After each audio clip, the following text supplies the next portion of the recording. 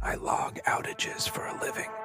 That means I spend a lot of nights in a city truck creeping through neighborhoods nobody thinks about until the power goes out. I read pole tags with a flashlight, write down transformer IDs, and check meters to make sure no one is doing something dumb that'll get a lineman killed when we re-energize a line. It isn't glamorous, but it pays, and it's quiet.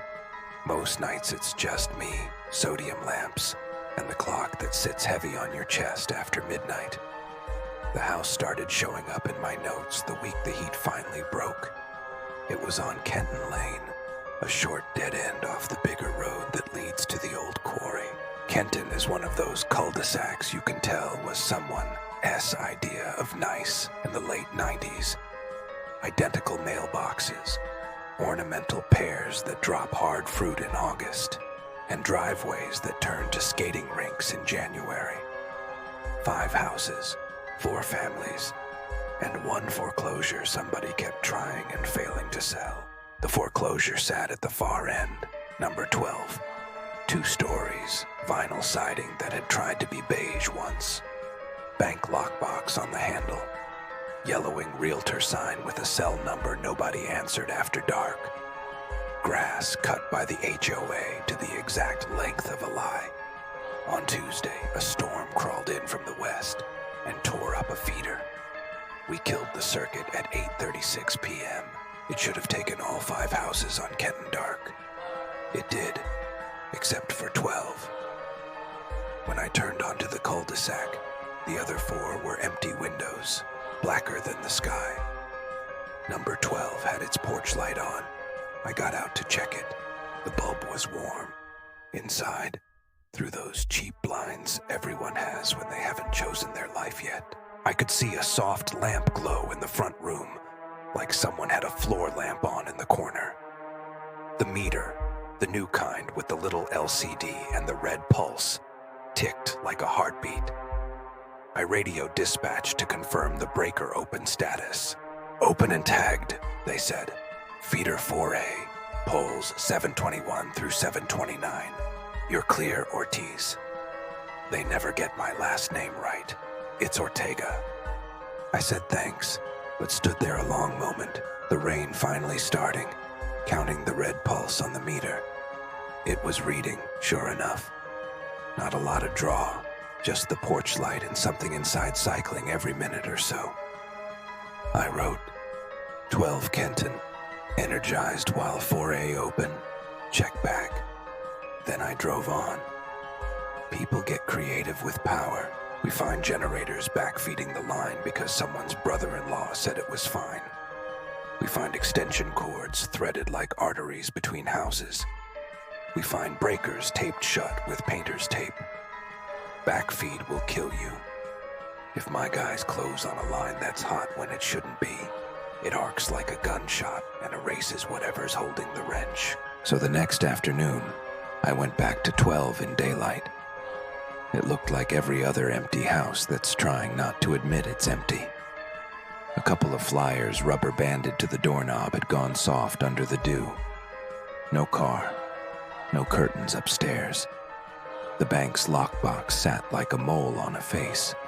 I checked the meter. The LCD was asleep. I tapped it awake, watched it cycle through. It behaved. Not a whisper of theft. No seals broken on the can. The drop from the pole looked normal. When I turned to go, a woman with a stroller from number 6 called across the cul-de-sac. You with the city. Utility, I said. She squinted, then said, somebody back in there. We saw a light last night. Shouldn't be, I told her. Feeder was off. She made a face like she had swallowed a piece of ice. We get it with every storm, she said. That house, it goes first. First? When the power goes out. Everyone goes dark and it... She gestured with her free hand toward the foreclosure. It turns on, like it can't wait, like it's impatient for us. I smiled because people like you two, you know, if somebody has keys, the bank and the realtor, but nobody stays. Anyone break in? Kids tried in June. They don't come around anymore. What happened? She looked at the stroller like she might consult the baby for details. I don't know. They just stopped. You going in? Not without permission, I lied. I went in that night.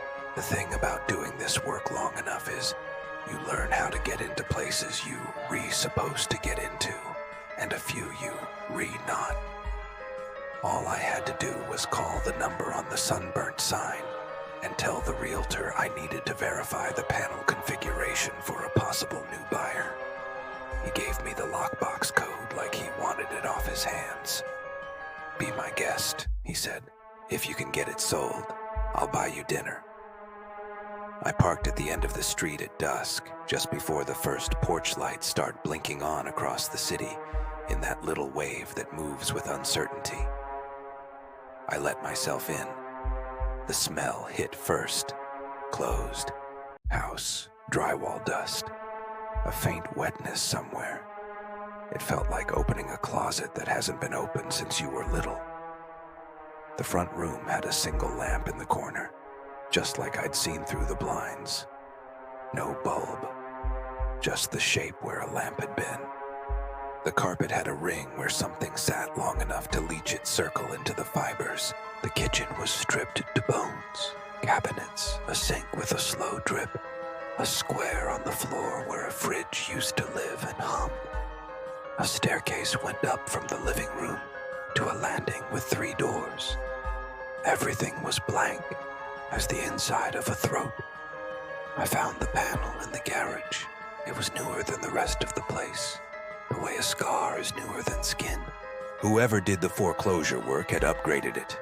200 amp, clean breaker rows, neat labels, kitchen, fridge, dryer, upstairs lights, furnace. All of them were off. The main breaker was off. A red tag said, "Bank property, do not energize." Dispatch confirmed. The feeder was fine, no outages scheduled. No tests scheduled on this line. We were live for the block. House 12, by every visible measure, was dead. I stood there listening like I could hear electricity if I tried hard enough. There's a particular silence to a house without it. No fridge cough, no thermostat click, no muted bones. I heard water tapping somewhere. I heard a branch scratch the siding outside. I heard my own breath argue with me. I turned off my radio so it wouldn't crackle and give me away to no one. And then I waited. Nothing is more awkward than waiting in a place nobody lives. Your body wants to fill the space with your decisions. Sit or stand, breathe shallow or deep, hum a song you hate because it's the only one you remember all the words to. I stood at the bottom of the stairs because it felt like the right place to see the most. At 9:13 p.m., the porch light came on. Not clicked, not flickered.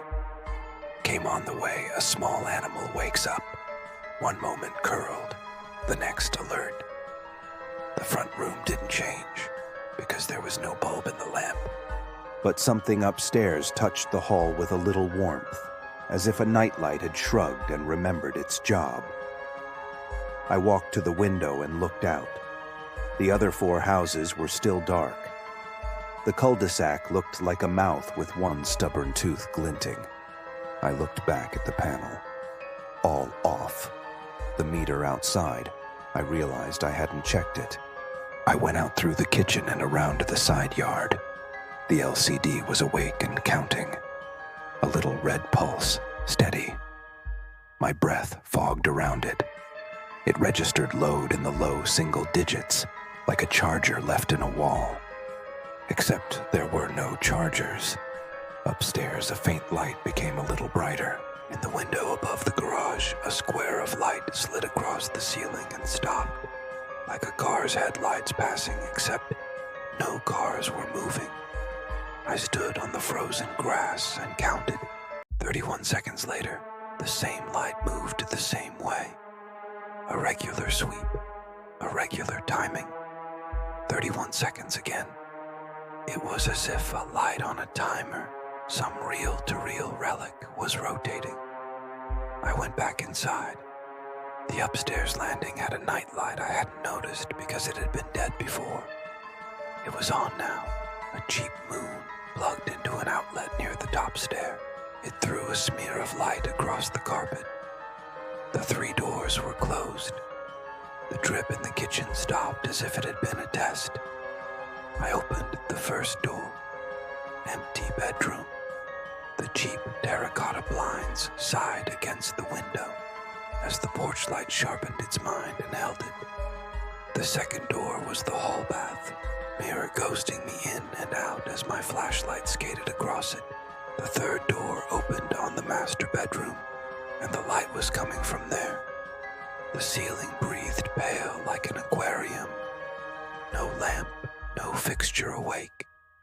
Just a bowl of light that sloshed as something outside moved in 31-second increments. I stood in the doorway and listened. Nothing. I stepped inside. A square of carpet in the center had the flattened pile you get from a bed that lived there a long time. On the far wall, near the floor, the paint was a slightly different white, like it had been patched. There were 4 coaxial wall plates in the room. 4, when most people use 1. Someone had chased signals around this room until they forgot what they wanted. I knelt and touched the patch. It was smooth and slightly warmer than the wall around it. That's when I heard the front door whisper shut. I didn't lock it after I came in. I hadn't wanted to make a noise with the deadbolt. Empty houses amplify a bolt like a gun. But I had closed it, and the air from me in the house had held it, where the latch just kisses the strike. The whisper was the sound of pressure deciding a favorite. "Hello," I called, knowing how stupid that sounds, but feeling like not saying it would be worse. "Anyone there?" From the landing, the nightlight hummed, a sound I've never heard a nightlight make. The upstairs air felt tepid, like breath you just exhaled was being offered back. There is a feeling you get in a house when the power is off and the sun is down. It's like standing in a dry riverbed. You know, a thing used to move here. You know, if it comes again, it'll have a shape, and you will be part of that shape, whether you mean to or not. I went back to the hall. The other bedrooms were as I'd left them. The stairwell opened below, like a mouth. A shadow on the front room wall jerked and stilled, as if someone outside had crossed the porch and then reconsidered the rest of their life. I went down, my hand sliding the banister, my flashlight showing me the hard line of the panel door in the garage. Before I got there, I opened the panel again. All off. Main off. Breakers stiff in their winter positions. The tag blinked at me, stupid and red. If power was in this house, it wasn't D, because the panel had anything to say about it. The porch light went out. For a second, the house was ship dark. Everything that had been pretending to be silver and safe, removed like a borrowed dress. And then the porch light came back on. Too fast to be someone's hand. Too precise to be a halogen dying. When it came back, a second faint glow arrived in the kitchen. The kind of light a microwave gives, as it tells you the time you were trying to ignore. But there was no microwave. The square where it would have sat was a dark mouth. The glow drifted across the counter and set itself in the corner like a cat. 31 seconds later, it did it again. I don't scare easy, but there is a kind of wrong your mouth can taste that your head has to catch up with. This was that. I stepped into the kitchen and put my hand out.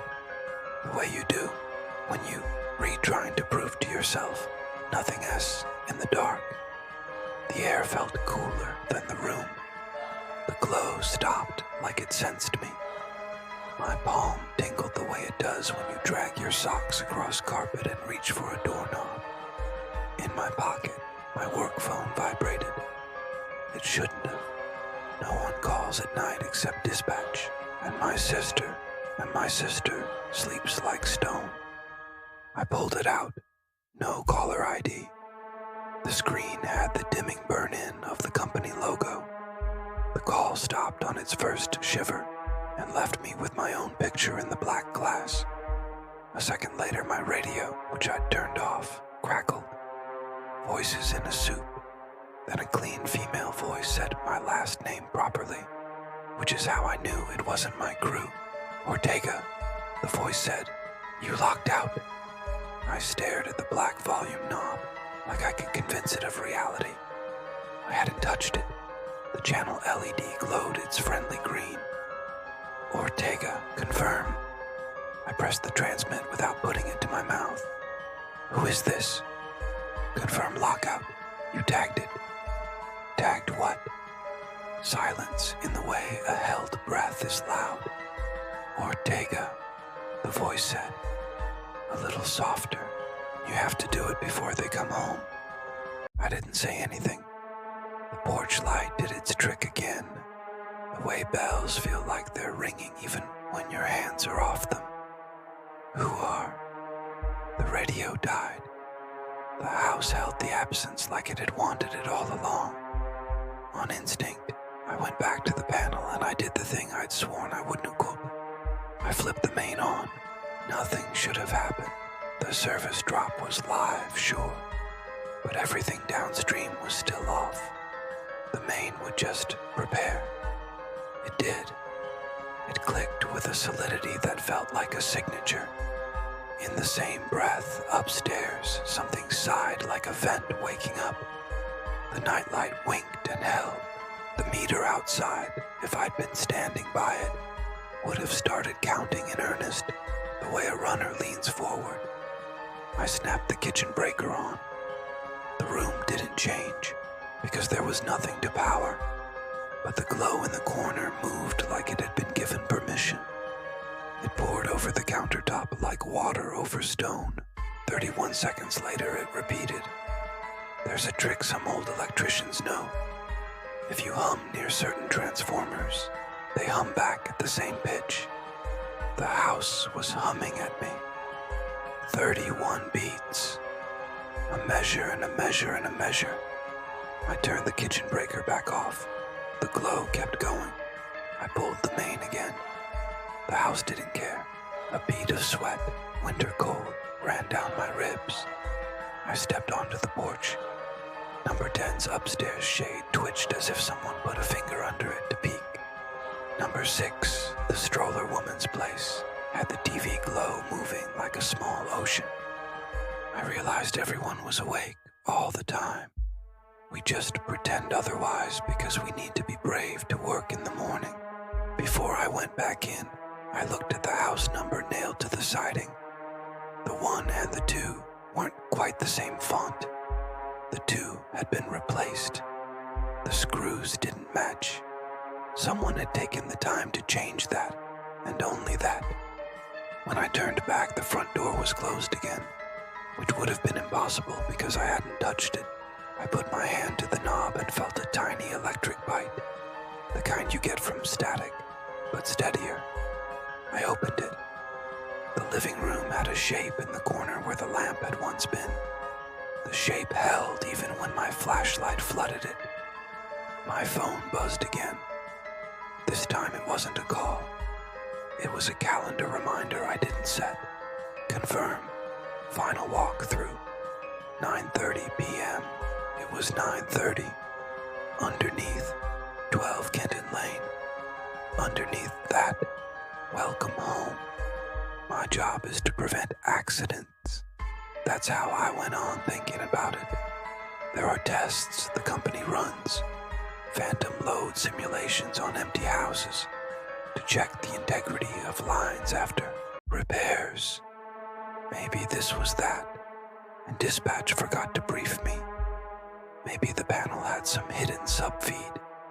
Maybe someone had wired around the meter, like a snake finding a new route. I went to the garage because I wanted metal around me.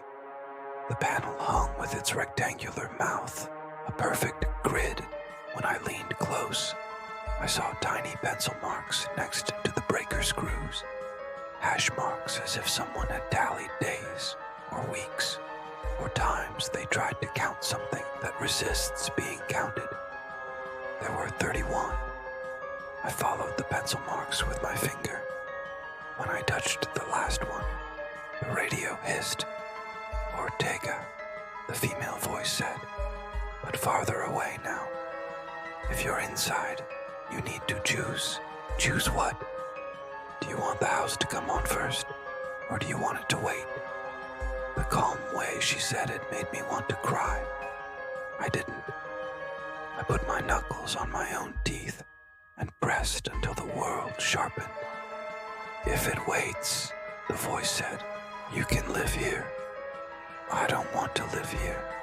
Then don't let it learn your timing. I knew this in the way your body knows.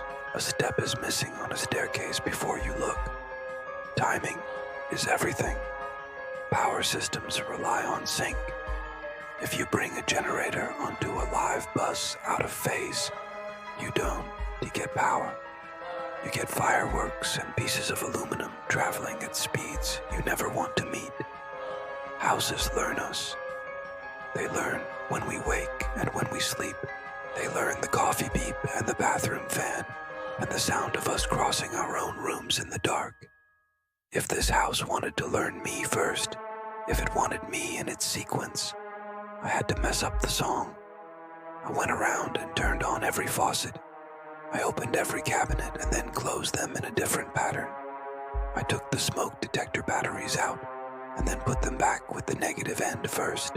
I did petty, stupid things that no one would notice, except houses notice. I changed the rhythm. When I got to the master bedroom, I faced the patch on the wall and pressed my ear to it. It was warmer now, almost the heat of someone else's skin. I could have sworn I heard whispering on the other side, not words, but the particular rush of someone speaking quietly about whether you've left yet. I said, I'm not your first choice. The whisper stopped or moved to a different room. Back downstairs, the porch light blinked twice in quick succession, and then stayed. 31 seconds later, it did it again, but the second blink lagged a hair, like a drummer you don't trust. Yet, I looked at my phone. The calendar entry had changed. Final walk through, 9:31 p.m. I let out a sound I don't make in front of other people. Okay, I said to the house. You can keep whatever song you think you're playing. I'm done. I didn't lock the door behind me because the house didn't care about locks. I didn't put the panel back the way I found it because the house didn't care about breakers. I walked into the cold and down the street to my truck, and as I put my hand on the driver's side handle, all 4 of the other houses on Kennan Lane bloomed at once with light. Kitchen lights, hall lights, the peculiar blue of a kid's aquarium, the gold of a lamp your grandmother left you. Number 12 stayed exactly as it was. Porch light steady. A weak glow upstairs on its 31-second heartbeat. I watched until my eyes watered, and then I drove away. For 3 nights, nothing. The weather cleared, and the city hummed the way a city hums when it forgets it has bones. I took calls in other neighborhoods. I checked meters in places where the wires dip, like jump ropes hung from blacktops.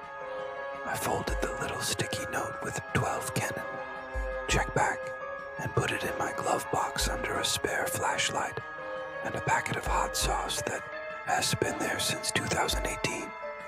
On the 4th night, I woke up a minute before my alarm, with my heart beating 31 beats, and then a pause, 31, and a pause. I lay there, sweaty and cold, and counted to make sure I wasn't inventing it. I wasn't. I got up and turned my apartment lights on out of order, starting with the bathroom, ending with the hall, leaving the kitchen for last. I made coffee first and then brushed my teeth. I set the microwave to a time I never use. I changed my own song. I didn't tell anyone at work. You can't write haunted timing on a service report. I ran the normal routes. I said normal things on the radio. I ate a normal sandwich that tasted like wet paper. When a squall knocked out the 4A feeder again at 10:41 p.m., dispatch put me on Kenton because I was closest. The porch light was on when I turned down the cul-de-sac. The other 4 houses were dark. I parked with my headlights off and rolled the window down and listened. The rain fidgeted on the hood. Somewhere, a dog complained to nobody about a noise only it understood. The front door of 12 was slightly ajar. I didn't go in. I don't know if that disappoints you. I've gone into places I shouldn't have for a living. Ivy stood under poles, singing with teeth, and Ivy put my hand on metal so cold the skin thought about leaving. But I didn't go in because I knew I wouldn't be the one coming out. Not really. The house had learned enough of me already to invite me properly. Instead, I got out and went to the meter. The LCD showed load before it should have. It shouldn't have shown load at all.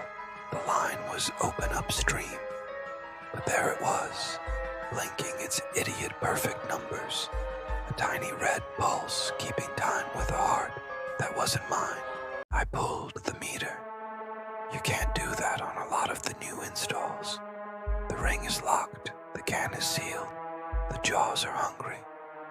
This one hadn't been converted yet. I broke the seal, popped the ring, lifted the meter like you'd lift a face and a name off a door. The house's jaw sat there, toothless, buzzing soft like a beehive in winter. The porch light went out and didn't come back. The other 4 houses didn't come on either, because the line upstream was still open. But when the crew closed it 20 minutes later, they all snapped awake with healthy, ordinary life. Number 12 stayed dark. I stood with the meter in both hands like a person holding a newborn who can't decide whether they deserve to. The next morning, I filed a report I had to revise 3 times to make it sound like I wasn't lying. Potential bypass suspected. Meter removed for inspection. Notify bank. I wrote notify bank twice because I wanted there to be a grown-up in the room, even if it was a building with a logo. 2 days later, a different meter tech put in a new digital. A week after that, the realtor sign disappeared. A month later, a white SUV sat in the driveway with a stick figure family on the back window and a daycare magnet on the side. I walked Kenton Lane on a Saturday in fake spring and saw a woman watering a fern on the porch of 12. She waved like I was a neighbor. "How's the house?" I asked. She smiled a tired smile. "It's eager," she said. "Lights come on if you even look at a switch." "Eager," I said. "That's good, right? My husband says it's the modern stuff. It knows when you're near." That's one way to put it. That night I lay in bed and waited for my heart to count to 31 and stop. It didn't. It did something messier. It sped, slowed, found an ugly new rhythm and then let it go. A mile or 5 away, a house that had tried to start before everyone else sat with new people inside it, learning their mornings, their nights, their soft secrets. It would take their song. It would play it back until they couldn't hear any other music. I changed my route requests at work. I asked for neighborhoods on different feeders. I stopped taking the road past the quarry after dark. Sometimes, when an outage map lights up red on the screen at dispatch and someone says, "We've got a pocket on line 4A," I say, "I'll take the other one." And nobody argues, because there is always more wrong than there ought to be, and we each get our share.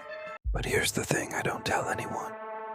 3 weeks after the family moved into 12, I drove past on my way to a call. and the cul-de-sac looked like the center of a perfect coin, polished and ordinary. Just as I turned away, the light in the master bedroom did the 31-second sweep I'd watched that first night, smooth and confident, like a lighthouse practicing its own name. A month after that, I was in a different neighborhood entirely, a place with old oaks that tilt like men looking for their keys, and I saw another house whose porch light came back before its neighbors during a planned maintenance shutdown. Not a mistake on our end, not a prank, just an eagerness the wiring didn't explain. When I checked the meter the next day, someone had replaced the house number. One numeral was a slightly different font, screws a slightly different shine. I used to believe houses were dumb until we make them smart, and then they get too smart and hurt us with the convenience. I don't anymore. I think some houses learn long before we bring them the little plastic brains and the phones that tell them we were close. I think they listen for our timing and choose who goes first and who waits. I think some of them get impatient and start without permission. When the maps light up these days, I try to picture the streets as a sheet of staff paper, notes waiting to be played. Lights going on are the melody. I can tell you where the chorus hits. I can tell you where the bridge will make you feel like you re-falling in a familiar way. And in every song, somewhere, there's a house that finds the first note before it's written. If you ever move into a place and the lights come on when the line is supposed to be dead, call us. We'll come out. We'll look at the panel and shake our heads and enter numbers in forms nobody rates twice. We'll pull the meter and put in a new one.